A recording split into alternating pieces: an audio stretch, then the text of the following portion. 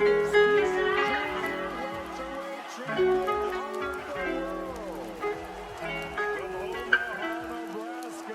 favor of the winner, remaining undefeated, proving he is one of the elite champions of the sport. The fight, it is over. Canelo gets the knockout. Tay Wilder has eradicated Brazil.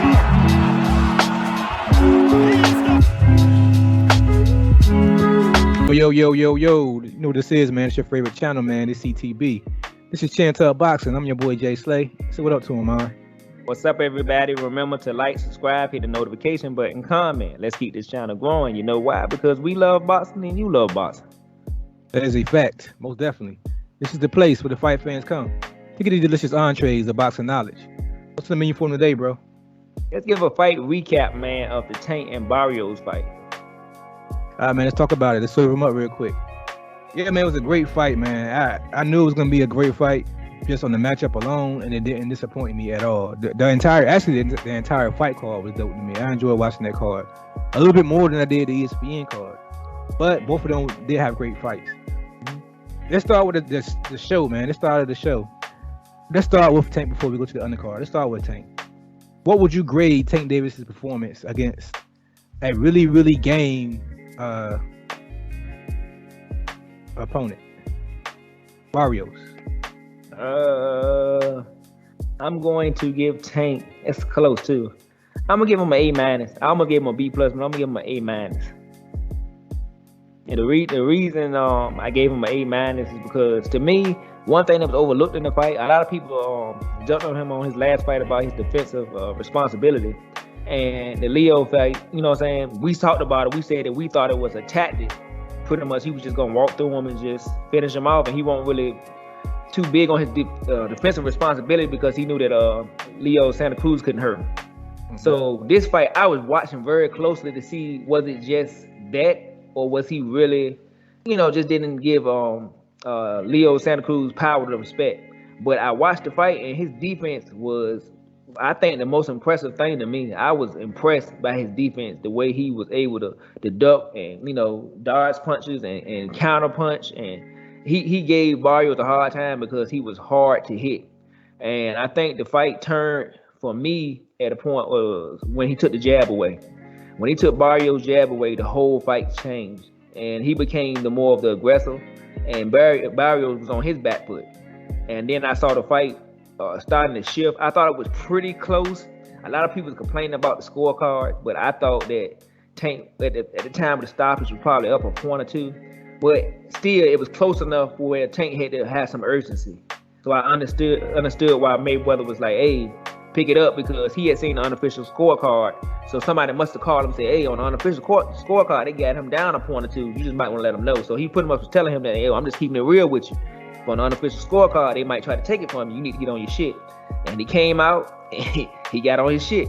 So, I mean, I got to give him his credit, man. I told you I thought that Haney was the best 135-pounder, but, I mean, I'm an honest guy, you know what I'm saying?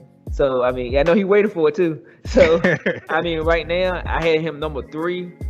I had him behind Lopez and Haney. But crazy. After last night's performance, to me, I can't see nobody beating him at 135 and 130. He's just too damn strong. So, I mean, I got to give a man his credit.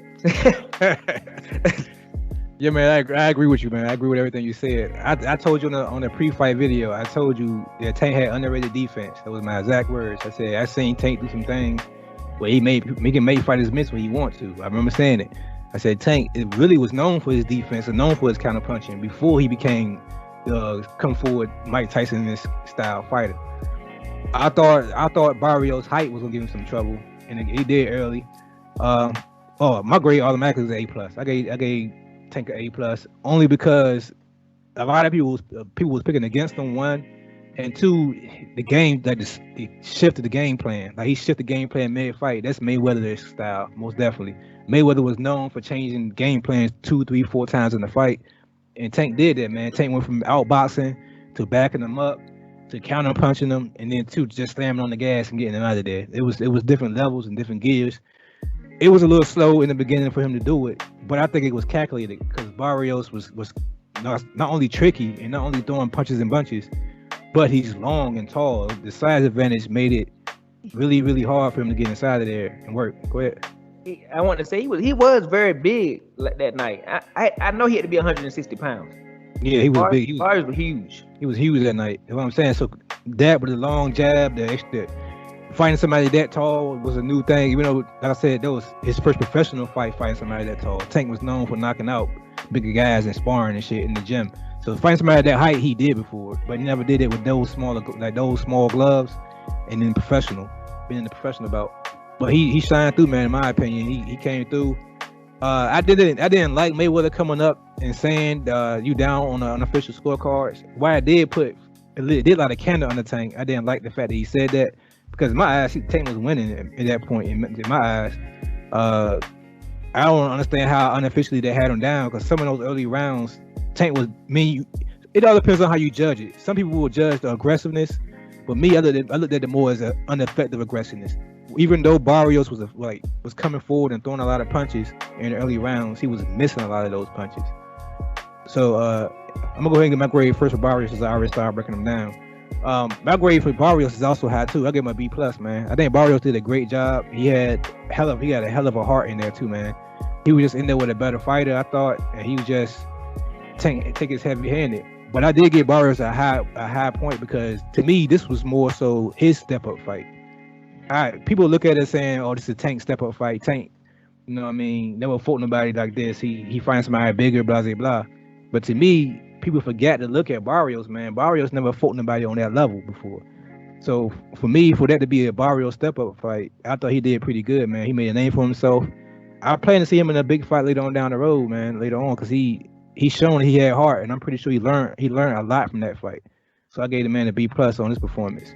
So how would you grade Barrios' performance? I also give him a B+. Like you said, man, Barrios made a fan out of me. I can't wait to see him fight again. To our Mexican fan base is watching, man. Barrios is a great fighter. I think he's still special. I think even though he lost on the record, I don't think he lost as far as markability and popularity. I think that his career is still on the upward path. I would like to see him in what else he can do at 140. So I'm excited about him. I think that in the first half of the fight, he was kind of in control. I had him up a couple points, and like maybe through the first 6 rounds. But then I saw it starting to turn. Like I said, once he started taking that jab away, and Tank was able to get his timing and get in the inside and start landing those check hooks and starting to land those big shots on him and get the timing down. I knew it was just a matter of time before he actually, I don't know, I wouldn't say stop him because we did predict 11-round stoppage, so we was right on point on that. But I said even if he didn't stop him, he was going to pit him down a couple times or seriously hurt him. I could see it coming because he was slowing down because, like I said, man, Tank hit like a brick. So over time, it just starts to take its effect on you. You could tell the end of that fight. One other thing too, man, I like to give a big shout out to Atlanta, man. They came out, that crowd was electric. I know people said, I'm gonna bring it up again. People say that that the black fan base don't sell. Whatever, you can't hide here. You got to hide at this city or this state. But Atlanta showed, man, you can have a big event there, and the black fan base came out, and I like how they was respectable to Barrios. Like before the fight, they booed him when he was coming in, but after the fight, they cheered him. They appreciate the effort he got, and that's what boxing's supposed to be. Like I said, you can root for who you want to root for, but at the end of the day, these guys are two warriors. They're giving you a show. They both gave us a hell of a night on the fight, and I like the way they gave him his respect at the end of the fight. So big up to Atlanta. I hope that we can get some more big fights, and maybe a Juneteenth event next year, because I would definitely be there, because I was jealous. When I watched the fight on TV, I was like, man, it's electric. I wish I could have been there. So big up to Atlanta, and big up to Mario Barrios, man. I'm a fan. Yeah, most definitely the crowd came out in that fight. The stars came out also. There was a stars to the crowd in there. They watched the Gervonta Davis fight. Atlanta, man, this is New Africa, man. We, like I said, there's a lot of black folks down there, and we love our boxing, man. We love our stars. So we'll come out, man. We'll come out for the right star. And so Gervonta Davis proving to be that star. I would love to see him in the bigger stadium next and see how he packed that stadium next. I would love to see him in the Atlanta Falcons Stadium. I think he'll do pretty well in that stadium also. But yeah, man, back to the fight, man. I agree with you, man. The tide of change, man. A lot of people getting on Mayweather, but does he deserve the praise for lighting the candle under him?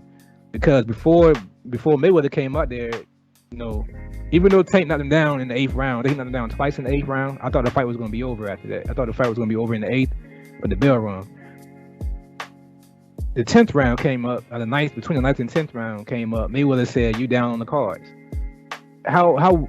What's your opinion on that, man? You think he overstepped the corner